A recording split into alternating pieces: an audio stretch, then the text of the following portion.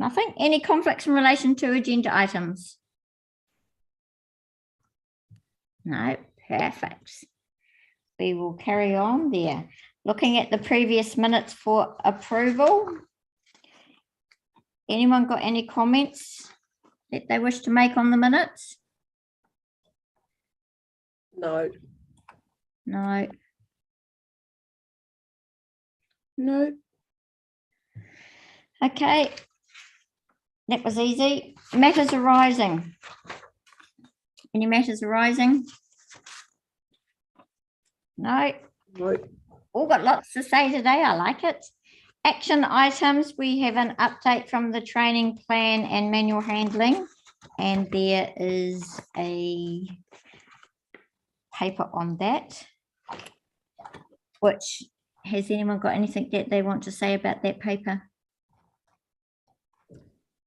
Amelia? Yeah, I probably do. I think I'd like to see a little bit more planning around the actions with the moving and handling, because it's not just around providing training for clinical staff, but also your non-clinical staff like your stores and clinical records. And I'd like to see that married up with some risks that are identified in the services, where they can look at how they're dealing with those things, because I know it's a bit of an issue for clinical records in particular, with the files that they have to get and the moving of those great big heavy shelves. So I think we need to be looking a little bit wider in terms of the plan for that. Okay, and so will you feed that back? Yeah, I'm happy to feed that back. Okay, very good. And one thing I did miss off the action items was the aged care staffing shortage. Amelia, you spoke about that earlier. Yeah, I will. I had a discussion with Sarita. Yes, we will put it on the risk register. We're just looking at some work with aged residential care at the moment so that we can get more information to put it on our risk register. So it will go on there. Okay. Yep. Because it's a national issue anyway. Yeah. And the new commissioner for older persons was talking about it on the news this morning, so that's quite exciting. We've got no correspondence, and I don't think, I'll just have a look at any comments on the work program. Anything anyone want to see added before we finish end of June? No. Okay. No finances in this section. That closes the in committee. We will now thank the public for attending and go into the closed agenda. Is I there to turn us off? Yep, Nikki, sorry. You still have legislative compliance to go through 9.1. Sorry, I'll go through the agenda. Amelia, that's you anyway, so you can talk to that. Yeah, I'll take this as being read, because I think it's nothing new to us. I just needed to provide that report. The first one's around COVID, which we all knew about in terms of the groups and getting your mandated vaccines for that. And the other one was around the closing off of the Mental Health Compulsory Assessment and Treatment Act for consultation. So I'll just leave it there.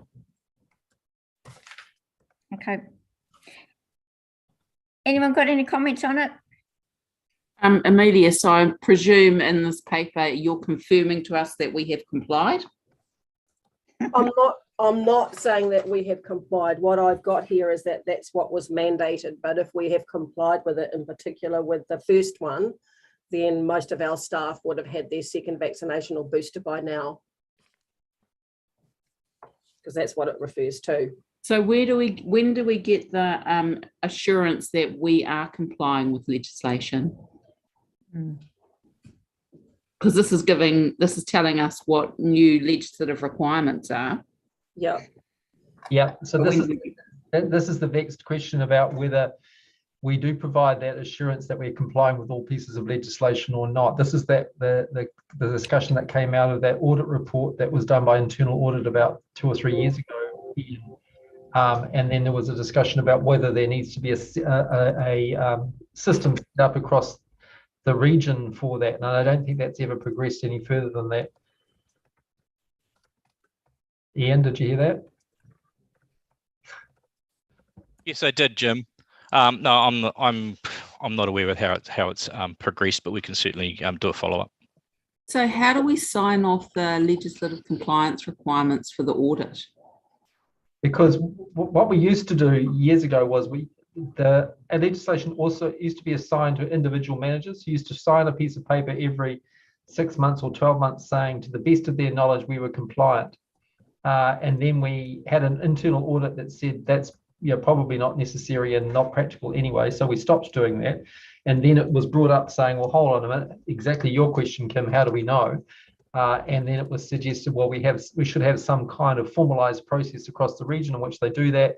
We buy a software subscriptions that you can do it's got all of the legislation on that, and then you can check that you are compliant and sign off that affirmative statement with a reasonable degree of surety that you're actually signing off something that you're knowing about. But that's what I don't think has ever come to pass. So I wonder, Heather, if this might be something for you to consider raising at the Te Manawa Audit Chairs meeting. Okay, I shall do that. It's certainly a question we haven't been adequately satisfactorily be able to answer across the region. Different DHBs have different processes and resources put onto legislative compliance. Yeah. But Chair, I absolutely accept your comment that you want to be able to have assurance that it's done. So I'm always mindful and hopeful that we'll be able to have something going forward that allows us to be able to do that. But in terms of what we have in DHB by DHB, I think we need to have a pragmatic interim solution, but nothing's not good enough, right?